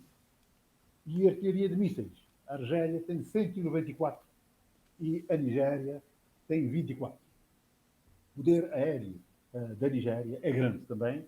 A Nigéria tem um poder aéreo, aliás, a Argélia tem um poder aéreo considerável, com 73 aviões de combate e 33 helicópteros de ataque. De modo que o poder bélico da Argélia não é comparável com nenhum outro na África Ocidental. Sozinha, a Argélia tem equipamento que poderá ser suficiente para fazer face aos demais países da CDAO, se não tivermos em conta outros aspectos, obviamente, que se tem que ter em conta numa guerra. Já Cabo Verde. Cabo Verde, as Forças Armadas cabo-verdianas são umas Forças Armadas que, em termos de efetivo, umas Forças Armadas diminutas, têm cerca de 1.200 efetivos, e em matéria de equipamento, não temos equipamentos de assalto, não temos sequer carros blindados. Os carros blindados que nós temos aqui, que nós temos em Cabo Verde, já estão todos obsoletos e eu creio que nenhum já funciona. Em matéria de disciplina e organização, as Forças Armadas de Cabo Verde estão em bom estado, em boa situação. Em matéria de preparação também estão em boa situação. E em matéria, referindo à prontidão das Forças Armadas de Cabo Verde, eu diria que têm uma prontidão combativa aceitável. Mas, obviamente, que essa guerra não é nossa guerra. Cabo Verde não tem um poder de combate para acrescentar nada no eventual conflito na zona do Sahel ou da CEDEAO. Já vi que não queres responder a questão relativa a um eventual golpe de Estado aqui em Cabo Verde. O dirigente Varela já disse que em situações insulares isso é praticamente impossível. Tem razão, o David tem razão que é mais difícil. Já aconteceu em São Tomé, tentativas, e que poderiam ter dado resultado. Mas a questão não se prende apenas, aliás, com a questão da insularidade, mas com a questão da cultura. E a cultura é importante. E a cultura que nós temos em Cabo Verde, a cultura programada em Cabo Verde, tem uma cultura de facto republicana. Mesmo no tempo do Partido Único, em que haviam os organismos políticos, que o Partido Único era força política e dirigente, com instituições políticas das Forças Armadas, já havia essa cultura de responder perante o. Com o advento do partidarismo, foram as próprias Forças Armadas, como deve ter dito aqui no programa, que tiveram a iniciativa de se despartidizar completamente. E de modo que a cultura cabo-verdiana, nas Forças Armadas e fora das Forças Armadas, não é uma cultura de golpe de Estado, é uma cultura de obediência ao comando constitucional. Isso eu garanto, e eu creio que qualquer militar poderá dar essas garantias ao professor Odeir Bem. Muito bem. Raul, não comentaste a possibilidade de os países governados por golpistas criarem uma identidade própria na sub-região? O professor Odair já disse que é algo sazonal, mas enfim, eu consigo imaginá-los numa grande conferência internacional, tendo como palco a CDAO, a União Africana, todos ao fundo lá sentados numa forma de bancada parlamentar, digamos assim. Sim, é mais ou menos, eu consigo imaginá-los numa sardinhada, numas bifanas, assim, num convívio desse tipo. E já agora, eu já vou a essa questão, mas não quero perder o fio aqui do Sr. Brigadeiro e do professor Odair relativamente aos golpes de Estado e à situação das Forças Armadas, etc. Eu acho que devemos colocar os olhos na Guiné-Bissau, porque a partir do momento em que o rancho nos quartéis começou a ser farto, os golpes de Estado e as tentativas de golpes de Estado deixaram de acontecer, e portanto desde 2012. Portanto, houve agora há pouco tempo uma tentativa, mas acho, eu por acaso... Mas a Guiné-Bissau também é um caso mal resolvido. É, exatamente, quer dizer, a última tentativa também é uma história, mais uma vez, muito mal contada, e portanto... Não, mas o que eu queria colocar aqui no foco é que a solução para evitar os golpes de Estado é ter a tropa de barriga cheia, porque a tropa só começa a refilar quando o rancho não é lá de acordo com os seus gostos. Dou-vos um fun fact, uma história muito rápida que aconteceu na cantina da NATO em Bruxelas, em que os turcos estavam sempre a queixar que não tinham um menu halal ou um menu vegetariano, que era sempre carne de porco, carne de porco, carne de porco, e que não comiam ali. Depois resolveu-se o menu vegetariano, o problema deixou de existir, se bem que agora são criticados por... Então estás a comer um prato vegetariano com um belo tinto alentejano, isso também não é contra a tua religião, mas pronto, o álcool passa, a carne de porco é que não pode passar. Mas a gastronomia, a qualidade da comida nos quartéis é fundamental para evitar golpes de Estado. Esta é uma perspectiva raulesca. Quanto agora à questão essencial de haver esse grupo de... Eu também estou de acordo com o professor Odair que isto é sazonal e está agora também o problema, ou melhor, o futuro também. O futuro depende muito da educação dos filhos destes generais e destes coronéis. E isto abre aqui porta para eu dizer o seguinte: o sucesso dos russos no Mali e no Burkina Faso tem a ver com o seguinte, tem a ver com eles terem percebido que a população, até esta altura, não tinha tido opção de escolha. Ou seja, o homem branco que lhe era imposto era sempre o francês. E neste momento o que um maliano pode dizer, e um burkinabé e um nigerino também pode dizer, é o seguinte: eu não quero este homem branco, eu quero este. Mas porquê? Acha que este vai beneficiá-lo mais que o outro? Não me interessa. Eu quero este porque eu posso. Porque até aqui estas populações não tinham tido a opção de escolha e, portanto, isto é escatológico. Por isso é que isto no Mali e no Burkina Faso foi um grande carnaval e continua a ser um grande carnaval. Porque as pessoas precisavam deste momento de evasão e de libertação. Isto foi mais uma segunda independência, uma segunda festa de independência para os burkinabés e para os malianos. E, portanto, eu também tinha começado no início por dizer que uma coisa é a adesão da população e outra coisa são as elites e são as escolhas, isto para comparar a geração que está golpista no Níger, que não quis nada com os russos no início, e comparar com os coronéis no Mali e no Burkina Faso, que se deitaram logo nos braços dos russos. Um outro ponto que eu queria referir, porque foi falado aqui na questão da Argélia e no presidente Tebboune. Parece-me importante, ou seja, este cenário também me parece um cenário propício para se tratar aqui de um outro assunto. O presidente Tebboune precisa de vitórias internas e de vitórias internacionais. seria importante colocar, por exemplo,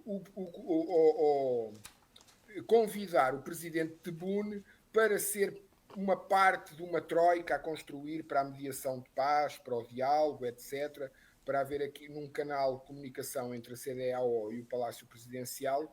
Eu creio que esta também seria uma oportunidade interessante para dar palco ao presidente Tebboune, que precisa dele internamente, precisa dele em África, precisa dele no Magreb, no Mediterrâneo e no panorama planetário. A Argélia é uma peça muito importante neste puzzle, é a peça mais operacional neste puzzle. Se o Níger cair em guerra, pois a Argélia inevitavelmente vai ter que fazer as suas movimentações, e não lhe interessa neste momento também, até porque a Argélia tem foco neste momento na questão do Saara Ocidental, que também está adormecida, adormeceu agora um bocadinho por causa das eleições em Espanha, ainda não se percebeu a indefinição dos resultados e do futuro governo espanhol está a permitir umas férias ao rei de Marrocos e à Polisário nesta frente sul, mas portanto este também é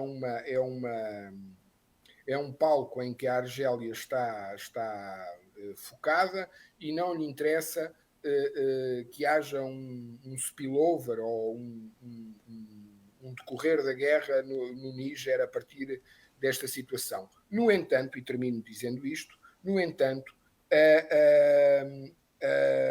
parece-me uma oportunidade interessante para colocar o presidente Tebboune no palco e lhe dar alguma visibilidade e lhe dar algum sucesso também, que ele também precisa disso. Agora, a tua pergunta inicial da bancada é possível e está a acontecer. E como é que isso acontece? Estes países golpistas já não estão no seio da CDAO, estão suspensos pela CDAO. Ora, essa suspensão, esse afastamento do centro, é de alguma forma obrigá-los a criar um outro centro. Portanto, se calhar a solução é aqui que eu estou a ver o perigo, Raul. E como? É aqui que eu estou a ver o perigo porque o diálogo entre eles fortalece. Exatamente. Tentando ser o mais inteligente e hábil e ardiloso possível, o mal menor, se calhar, seria mantê-los integrados dentro da CDAO.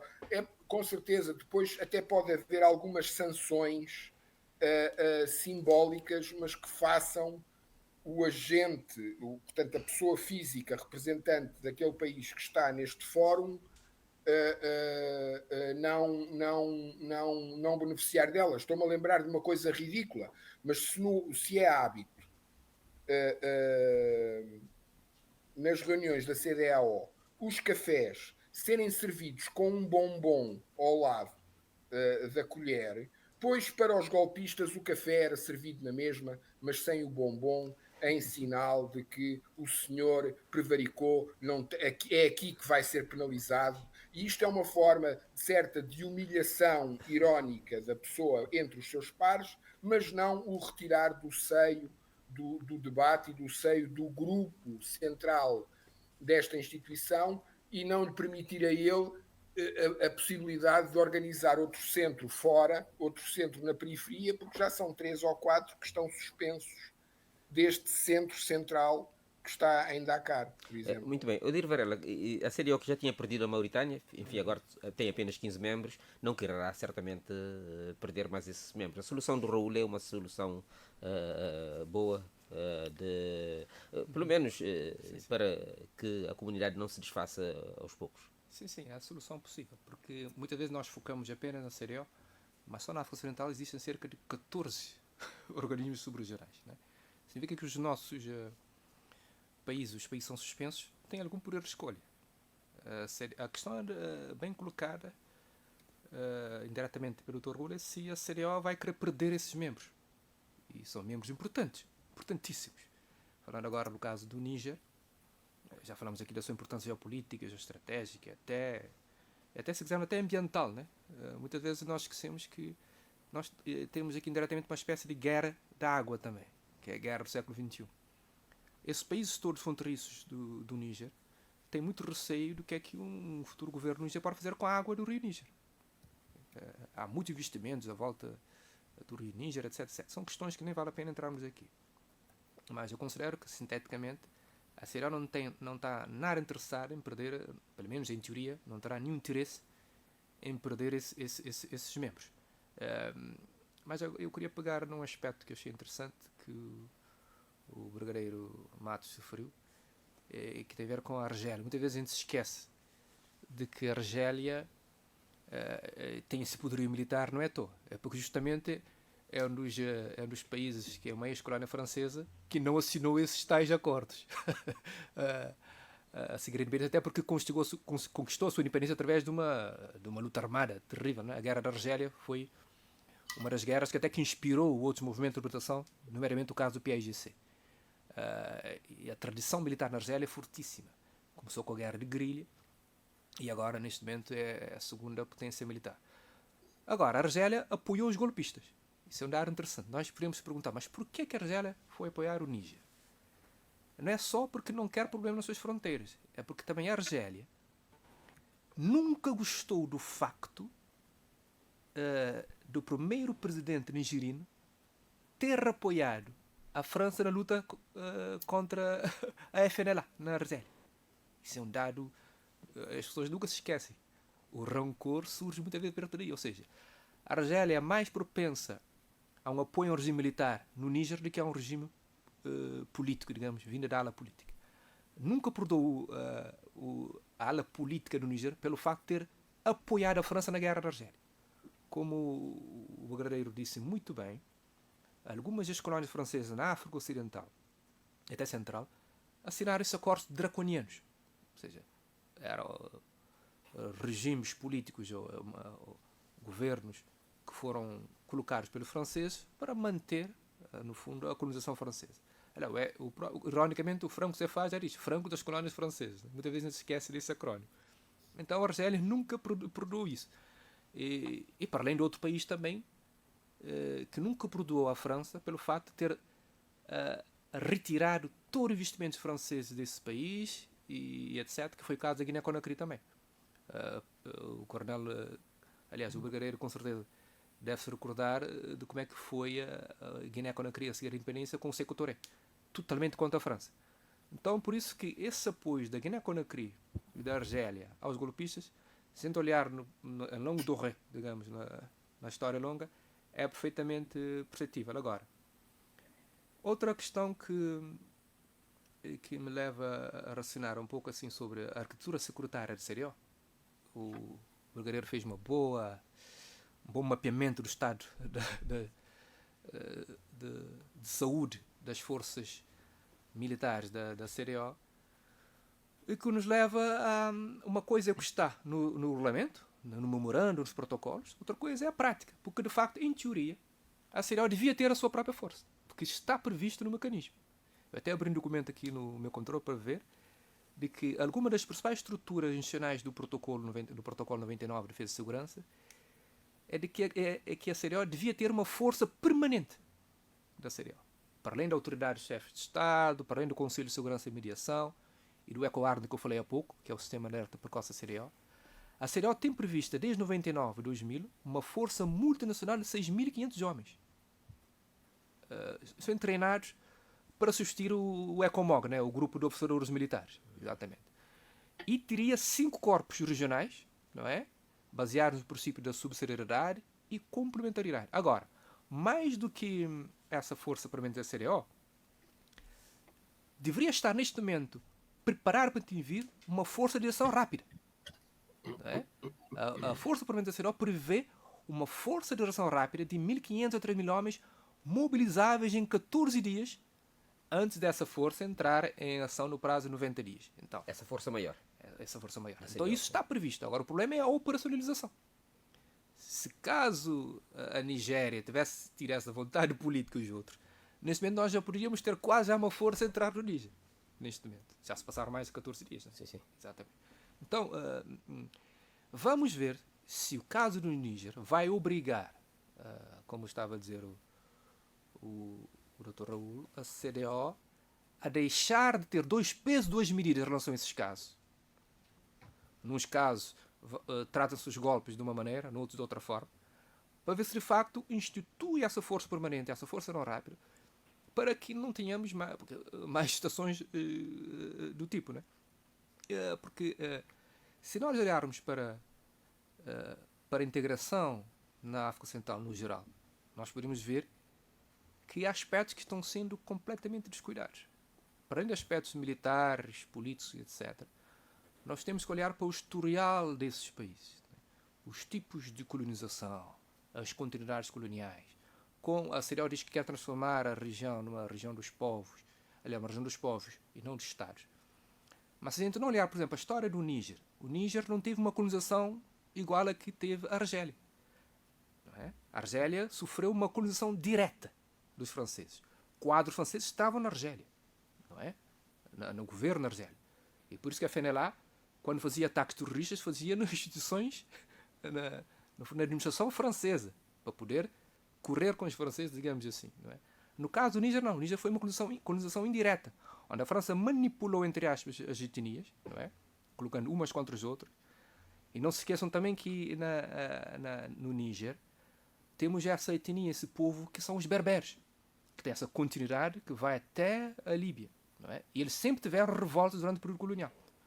Os franceses então procuraram sufocar algumas forças internas. E também há um dado interessante, que eu, quando estive a estudar um pouco a história do Níger antes de ir para o programa, que é, no Níger aconteceu o maior massacre da história da colonização francesa.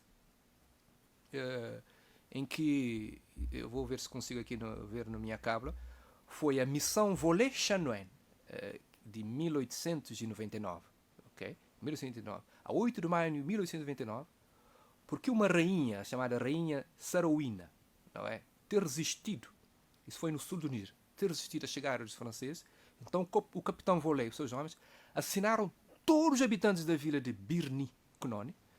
Nisso que é considerado os maiores massacres da história colonial. Então, esses métodos brutais ainda estão na memória dos nigerinos. Não é? Então, como estava a dizer o Dr. Raul muito bem, parece que está-se a assistir uma segunda independência. Agora vamos ver quais serão os próximos capítulos.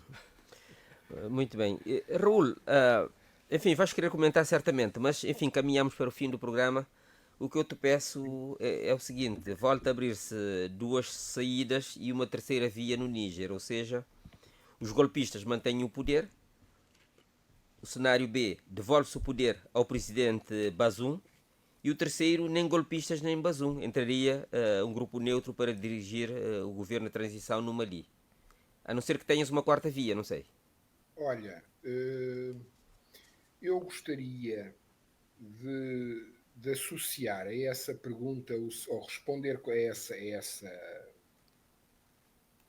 É uma pergunta, sim, mas eu queria colocar esse cenário, esses vários cenários, gostaria de lhe acrescentar um quarto, baseado nos seguintes acontecimentos.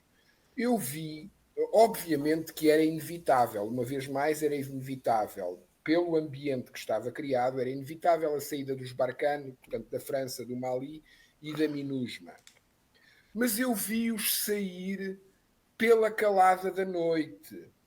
Foi uma saída à francesa. Eles não se despediram, eles saíram literalmente pela calada da noite, para não ser tão exposto. Obviamente que estão-se a proteger, não é? É um momento de derrota militar, qual toda a saída é uma saída neste caso, era uma saída de missão falhada, e portanto isso sai-se de cabeça baixa, e quanto menos pessoas nos virem sair de cabeça baixa, melhor. E isso eu também compreendo.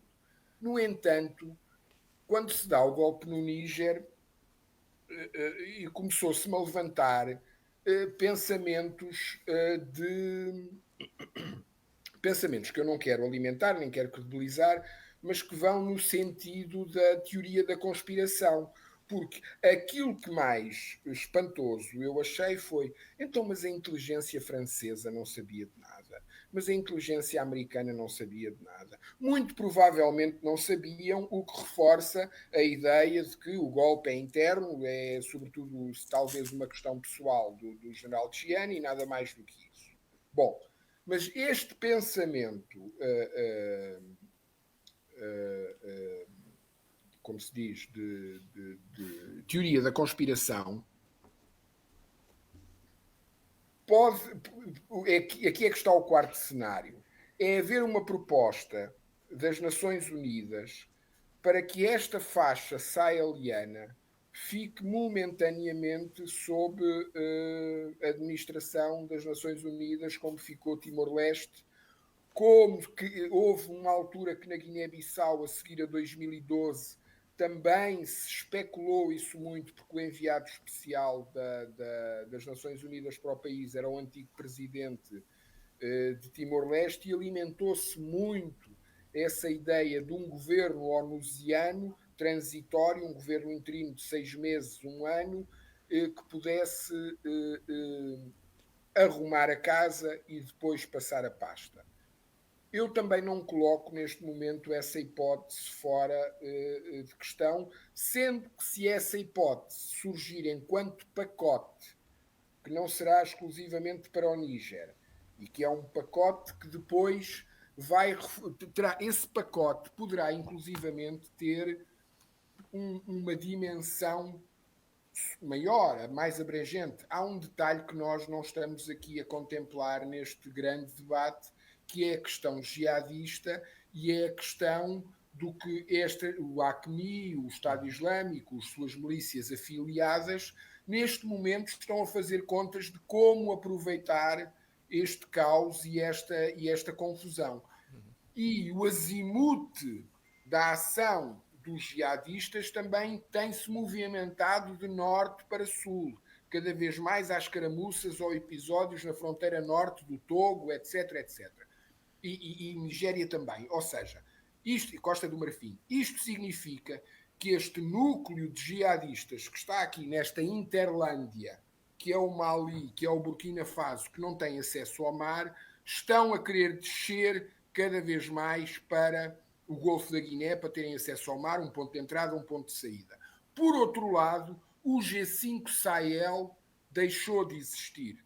E deixou de existir porquê? Porque o que lhe dava alguma consistência, curiosamente, não era a placa central do Mali, embora seja uma placa fundamental, mas a partir do momento em que o Mali sai, esta Interlândia perde o acesso ao Atlântico, porque é a Mauritânia que faz esta ligação. Portanto, o G5 Sahel tem que ser repensado e tem que ser recomposto. E para não haver o risco de haver um G5 Sahel recomposto e depois um G3 golpista, como estávamos há bocado a colocar em situação, eu vejo aqui a ação das Nações Unidas em consonância com a CEDEAO e com a União Africana, fundamental num quarto cenário que vá abordar isto de uma forma mais holística, mais regional, continental, subregional, e que contemple também estas últimas movimentações jihadistas, que são um dado importante. Aliás, a constituição de um novo G5 Sahel, que seria G6 ou G7 ou G8, com acesso também ao Golfo da Guiné, seria algo de muito importante para os países desta placa central, desta Interlândia, e ao mesmo tempo para uma credibilização de todas as instituições aqui envolvidas, e desta forma o homem branco estaria a dar provas de que há uma preocupação a longo prazo na resolução, na democratização do espaço africano e também da sua própria defesa relativamente às ameaças jihadistas, que estão muito caladas, e quando eles fazem silêncio é sinal de preocupação. Deixe-me ver qual é o cenário final que o Antero Matos prevê. Eu creio que a questão levantada pelo Dr. Raul, a hipótese de um arranjo em que estas nações pudessem ficar sob a égide monetariamente das Nações Unidas, apesar de ser uma hipótese académica, mas creio que de difícil execução por duas ordens de razão. Primeiro, tendo em conta a idiosincrasia desse público. Eu não acredito que nenhum desses povos, elite política, nem equidade, irá aceitar sujeitar-se a ser uma espécie de protetorado. Isso seria pouco dignificante para eles, e passar fazer com que a população compre essa mensagem seria bastante difícil. Uma outra razão é que as próprias Nações Unidas, pela perda de protagonismo que está tendo, pelos problemas que têm aparecido, pela cisão existente do próprio Conselho de Segurança, dificilmente chegará a um acordo dessa natureza, tendo em conta que esses Estados são Estados que neste momento estão a balançar de que lado, em que lado poderão cair. Ora, não há uma confiança entre os membros do Conselho de Segurança para atribuir às Nações Unidas esse papel preponderante na gestão desses Estados, nesse momento da guerra da Ucrânia e quando a luta mais geral que se está a travar entre a hegemonia norte-americana e os seus aliados e as potências emergentes. De modo que não creio que essa solução seja nessa fase viável. Eu diria que... Tens 20 segundos, Antero. A solução irá depender fundamentalmente da metodologia utilizada para a solução do conflito. Se for imposição da força, então, mantém-se presente. Se não, é possível uma forma em que, não diria um terceiro grupo, mas que os golpistas comprometessem em curto espaço de tempo devolver o poder aos civis. Muito bem. Odair Varela. Rapidamente, tem que haver um compromisso entre duas elites, eu diria. Acho até que o Dr. Rui referiu-se logo no início. O atual o general Tian comprometer-se em deixar o poder e daqui a um ano mais ou menos haver eleições e também o atual presidente retirar-se é a solução mais viável. O presidente eleito? O Bazoum. Ok. É mais viável. Agora, a segunda solução seria enviar uma força de manutenção da paz que, em diálogo com as Nações Unidas, à luz do capítulo, aliás, o capítulo 8º da Carta da ONU, artigo 52 e 53. Eu lembro perfeitamente que eu estou sempre a ensinar isso aos estudantes, de que aí, à luz desses artigos, essa força da CDO pode passar a ser a força das Nações Unidas. Uma espécie de subcontratação, né? Instrumentalizar e com apoio do Conselho de Segurança. A não ser que a Rússia tenha interesse num desses países e vete essa possibilidade. Mas, em princípio, isso é possível, porque isso aconteceu aconteceu, por exemplo, na Libéria, em que o ECOMIL passou a ser a ONUMIL, e também no caso até do Mali, em que o AFISMA passou a ser MINUSMA. Agora, ter uma só força a largar para todos esses 4 ou 5 países seria mais difícil. Academicamente pode até ser interessante haver um cenário de trotship ou tutela internacional ou protetorado, mas isso nunca houve à escala regional. Tivemos o caso do Timor-Leste, etc., mas é uma hipótese muito complicada. No fundo é ver como é que vão se comportar as forças no terreno, não é? As forças políticas, as forças... E, aliás, e qual é o sentido que as populações locais estão dando? Porque também agora, cada vez mais há uma atenção maior para sentir o pulso das populações. Vamos ver os próximos episódios. Muito bem, chegamos ao fim de mais este programa. Foi mais uma edição de Debate da Nação. Tivemos Raul Braga Pires. Raul, vejo um cenário bonito por detrás de ti. Entendo agora esse teu interesse pela África. Esta veio de Moçambique, sim. Eu faço questão, estou sentado num sofá bastante confortável e dá-se a curiosidade do ângulo do computador, aqui da asa, fazer um bom enquadramento. Muito bem, agradeço também. Deves ter percebido que eu alterno entre o sofá e a varanda para fumar. Sim, percebi. Agradeço também ao Odair Varela, o professor Odair Varela esteve aqui connosco, o Antero Matos.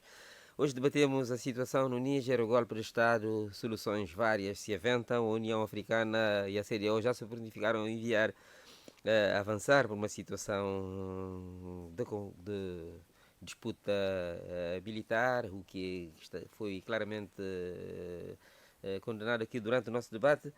Lilian Lopes, Érica Santos, Tiago Ribeiro e Ivandro Mendonça estiveram na técnica, José Mário Correia na apresentação. De todos nos despedimos. Até a próxima edição deste programa. temos uma entidade reguladora. Vai haver e nesta matéria de recursos de Estado... Os administradores têm que ser, na verdade, isentos. Na Cabo Verde não tem um aspecto que é o seguinte: o povo catifará. Por isso que é importante que autoridades como o Com essa perspectiva, Cabo Verde reitera perante esta Assembleia o seu firme propósito. Espaço A Nação. Entre o debate que Cabo Verde precisa e o debate que os cabo-verdianos querem escutar no ponto do rebuçado. Política, economia, sociedade, educação, cultura, desporto e muito mais. Porque a nação faz-se do debate de ideias, da troca de opiniões, no limite das liberdades individuais. Espaço A Nação, um programa de José Mário Correia.